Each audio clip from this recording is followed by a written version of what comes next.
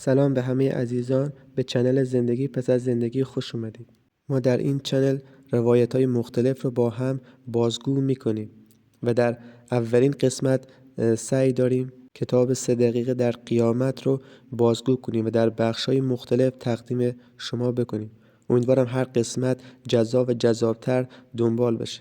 یکی از رفقای مدافع حرم که راوی کتاب در ایمان و اخلاص او شک ندارد مطالبی برای ما فرستاد که جالب بود. هرچند خواب را حجت نمی‌دانیم اما تأثیرگذار است. شب 40 حاج قاسم بود. سالن بزرگ و پر از جمعیت بود. سخنران می‌خواست به جایگاه برود. با تعجب دیدم سخنران خود حاج قاسم است. یادم افتاد حاجی شهید شده. جلو رفتم و گفتم شما اینجا چیکار می‌کنید؟ راستی چطور شهید شدید؟ گفت خیلی راحت. یک گل خوشبو را مقابل من گرفتن و بلافاصله به خدمت امیرالمومنین علیه السلام منتقل شدم. گفتم ما هم میتوانیم شهید شویم؟ گفت بله دست خودتونه.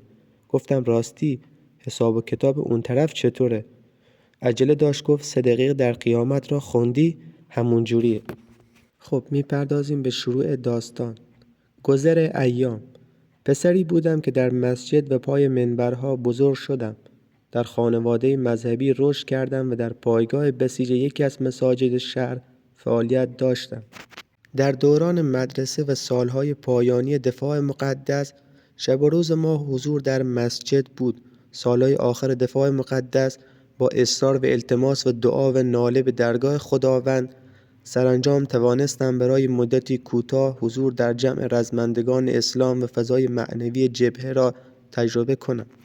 راستی من در آن زمان در یکی از شهرستان‌های کوچک استان اصفهان زندگی می‌کردم. دوران جبهه و جهاد برای من خیلی زود تمام شد و حسرت شهادت بر دل من ماند. اما از آن روز تمام تلاش خودم را در راه کسب معنویت انجام می‌دادم. می‌دانستم که شهدا قبل از جهاد اصغر در جهاد اکبر موفق بودند. لذا در نوجوانی تمام همت من این بود که گناه نکنم. وقتی به مسجد می‌رفتم سرم پایین بود که نگاهم به نامحرم برخورد نداشته باشد. یک شب با خدا خلوت کردم و خیلی گریه کردم. در همان حال و هوای 17 سالگی از خدا خواستم تا من آلوده به این دنیا و زشتی‌ها و گناه‌ها نشوم. بعد با التماس از خدا خواستم که مرگم را زودتر برساند. گفتم من نمیخواهم باطن آلوده داشته باشم. من میترسم به روزمرگی دنیا مبتلا شوم و عاقبت خودم را تباه کنم. لذا به حضرت عزراییل التماس میکردم که زودتر به سراغ بیاید. چند روز بعد با دوستان مسجدی پیگیری کردیم تا یک کاروان مشهد برای اهالی محل و خانواده شهدا راه اندازی کنیم. با سختی فراوان کارهای این سفر را انجام دادم و قرار شد قبل از ظهر پنجشنبه کاروان ما حرکت کند. روز چهارشنبه با خستگی زیاد از مسجد به خانه آمدم. قبل از خواب دوباره به یاد حضرت عزراییل افتادم و شروع به دعا برای نزدیکی مرگ کردم. البته آن زمان سن من کم بود و فکر می کردم کار خوبی می کنم. نمی دانستم که اهل بیت علیه السلام ما هیچگاه چنین دعایی نکردند. آنها دنیا را پلی برای رسیدن به مقامات عالیه می دانستند. خسته بودم و سریع خوابم برد. نیمای شب بیدار شدم و نماز شب خواندم و خوابیدم. بلافاصله دیدم جوانی بسیار زیبا بالای سرم ایستاده. از هیبت و زیبایی او از جا بلند شدم. با ادب سلام کردم. ایشان فرمود با من چه کار داری؟ چرا اینقدر طلب مرگ میکنی؟ هنوز نوبت شما نرسیده. فهمیدم ایشان حضرت عزراییل است. ترسیده بودم اما با خودم گفتم اگر ایشان اینقدر زیبا و دوست داشتنی است پس چرا مردم از او میترسند؟ میخواستند بروند که با التماس جلو رفتم و خواهش کردم مرا ببرند. التماسهای من بیفایده بود. با اشاره حضرت عزراییل برگشتم به سر جایم و گویی محکم به زمین خوردم. در همان عالم خواب ساعتم را نگاه کردم. رأس ساعت 12 ظهر بود. هوا هم روشن بود. موقع زمین خوردن نیمه چپ بدن من به شدت درد گرفت. در همان لحظات از خواب پریدم. نیمه شب بود. میخواستم بلند شوم اما نیمه چپ بدن من شدیداً درد میکرد. خواب از چشمانم رفت. این چه رویایی بود؟ واقعا من حضرت عزراییل را دیدم. ایشان چقدر زیبا بود. روز بعد از صبح دنبال کار سفر مشهد بودم. همه سوار اتوبوس‌ها بودند که متوجه شدم رفقای من حکم سفر را از سپاه شهرستان نگرفتند. سریع موتور پایگاه را روشن کردم و با سرعت به سمت سپاه رفتم. در مسیر برگشت سر یک چهارراه راننده پیکان بدون توجه به چراغ قرمز جلو آمد و از سمت چپ با من برخورد کرد. آنقدر حادثه شدید بود که من پرت شدم روی کاپوت و سقف ماشین و پشت پیکان روی زمین افتادم. نیمه چپ بدنم به شدت درد می کرد. راننده پیکان پیاده شد و بدنش مثل بید می لرزید. فکر کرد من حتما مرده‌ام. یک لحظه با خودم گفتم پس جناب عزرائیل به سراغ ما هم آمد.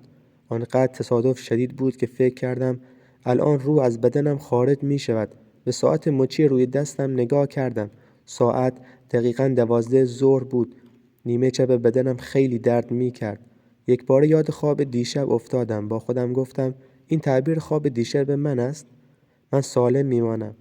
حضرت عزرائیل گفت که وقت رفتنم نرسیده. زائران امام رضا علیه السلام منتظرند. باید سریع بروم. از جا بلند شدم. راننده پیکان گفت شما سالمی؟ گفتم بله. موتور را از جلوی پیکان بلند کردم و روشنش کردم. با اینکه خیلی درد داشتم به سمت مسجد حرکت کردم. راننده پیکان داد زد آهای مطمئنی سالمی؟ بعد با ماشین دنبال من آمد. او فکر میکرد هر لحظه ممکن است که من زمین بخورم. کاروان زائران مشهد حرکت کردند. درد آن تصادف و کوفتگی عضلات من تا 2 هفته ادامه داشت. بعد از آن فهمیدم که تا در دنیا فرصت هست باید برای رضای خدا کار انجام دهم. به دیگر حرفی از مرگ نزنم. هر زمان صلاح باشد خودشان به سراغ ما خواهند آمد. اما همیشه دعا می‌کردم که مرگ ما با شهادت باشد. در آن ایام تلاش بسیاری کردم تا مانند برخی رفقایم وارد تشکیلات سپاه پاسداران شوم. اعتقاد داشتم که لباس سبز سپاه همان لباس یاران آخرالزمانی امام غائب از نظر است. تلاش‌های من بعد از مدتی محقق شد و پس از گذراندن دوره‌های آموزشی در اوایل دهه 70 وارد مجموعه سپاه پاسداران شدم.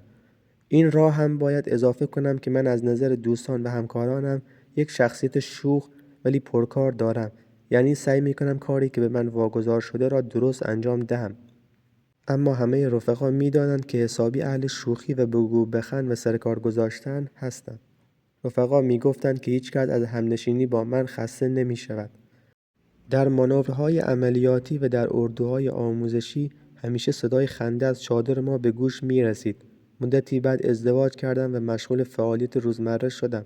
خلاصه اینکه روزگار ما مثل خیلی از مردم به روزمرگی دچار شد و طی شد. روزها محل کار بودم و معمولا شبها با خانواده برخی شبها نیز در مسجد و یا هیئت محل حضور داشتیم.